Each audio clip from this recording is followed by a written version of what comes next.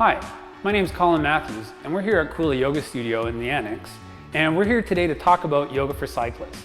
I'm here with a couple cyclists, Nicole from Bateman's Bicycle Company and Adlan from the Lapdogs, and the one with the unshaven legs is Jesse. He's one of our yoga teachers here at Kula. Now, as every good cyclist knows, part of the joy of our sport is about learning to go deep into the hurt and to find what your deepest potential is. And as much as it's fun to go deep and to hurt your friends in the process, it's also important to counterbalance this activity with loosening, opening, and stretching, something that yoga can provide in order to maintain a healthy, balanced, and well-recovered body. Today we're going to be looking at some poses that will really support you as a cyclist to help keeping you fit, open, limber, and well-recovered for a long and prosperous cycling career. The first pose we're going to do today will address tight hamstrings and low back that comes from sitting in the saddle long days. It's Uttanasana, or standing forward fold. So to begin, bring your hands and palms, turn them forward towards the front of the room. Take an inhale breath, let your shoulders float up, and then rest softly onto your back. Pressing down through your feet, inhale, reach your arms all the way up overhead tall, and then exhale with a long spine, bow down forward.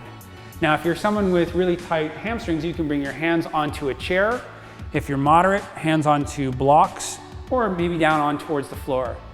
Now in this pose, you want your feet about hip width apart and parallel to each other, so just turn your toes in a little bit.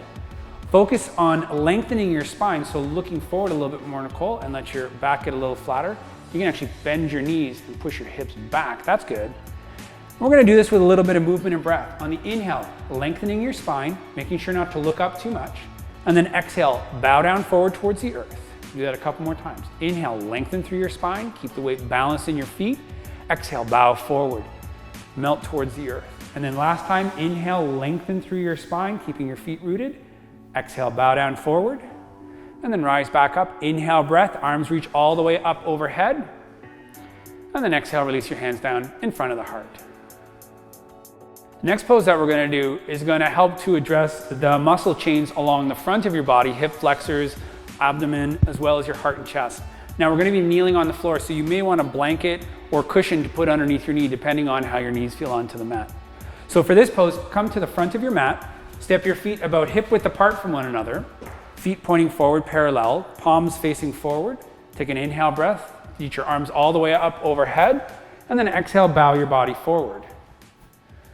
Now inhale, look forward towards the front, and then step your right foot back, a big wide step, and drop your back knee down onto the floor.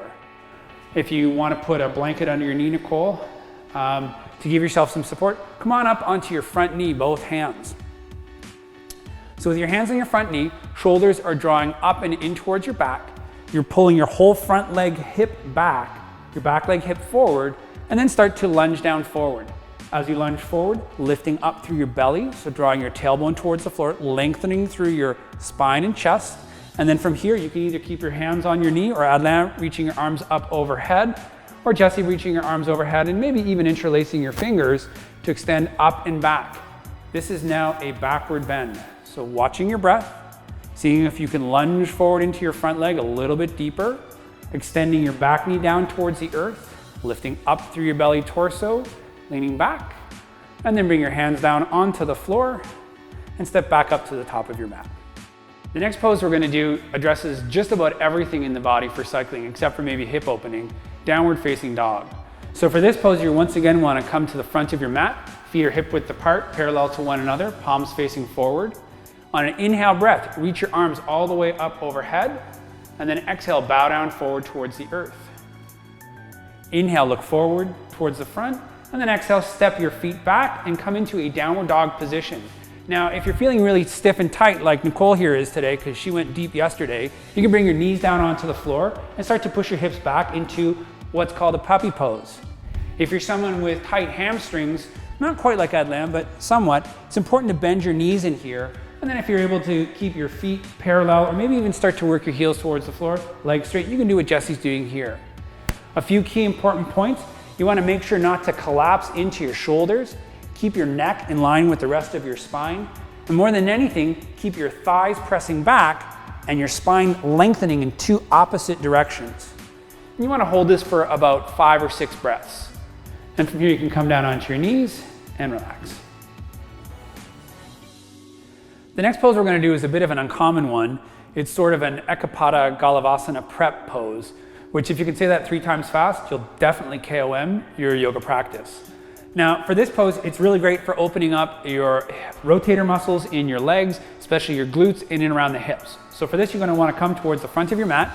Feet are about hip width apart from one another. You may want to have a chair for this one or blocks, especially it's harder in the forward bend in the pose. So take first your right foot and place it above your left leg, just above the knee, keeping your foot flexed. Bring your hands in towards the front of your heart and then bow forward towards the chair, blocks, or floor. Start with your standing leg slightly bent, bring the weight balance into your standing foot, and then start to push your thighs back so you feel your pelvic floor start to extend back, broaden and open, and then lengthen your spine in an opposite direction. If you want to open this even a little bit deeper, take your left hand and place it on the sole of your right foot, right around the ball of your foot. Press the ball of your foot into your hand, push your hand in towards the ball of the foot, and then use that force to broaden or widen the whole base of your pelvis and spine. Making sure the weight's balanced in your foot. You can take a couple more breaths here, and then gently letting your hands go, your foot come back down onto the floor, and then you can come out of the pose.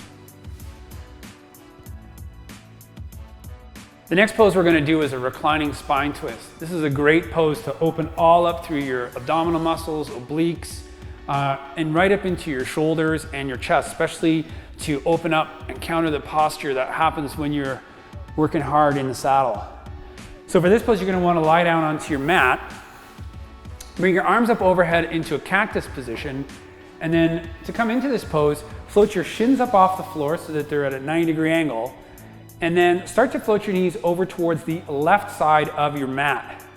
Now, depending on your flexibility, either you can have your knees come down onto a pillow or bolster, you can keep them down on the floor, or if you're mobile like our unshaven legged yoga teacher, you can also cross one leg over top of the other one to deepen in towards the pose. Now in this posture, it's really important to keep your shoulder blade in the opposite arm down onto the floor, as well as your elbow and your wrist. If you find it's lifting off the floor, it's better to widen your arm out to the side, but stay open. From here now, press your hips back so you're keeping a slight curve in your spine. Breathe all in towards your rib cage and lungs, and then you can let your gaze fall over towards the right to open up the whole way from your heel right up to the crown of your head. This is also a great relaxing pose to let go of any unnecessary tension that you may have left over from your ride. While there are literally thousands of yoga poses you can do, these are the top 5 poses that I find benefit me in my cycling.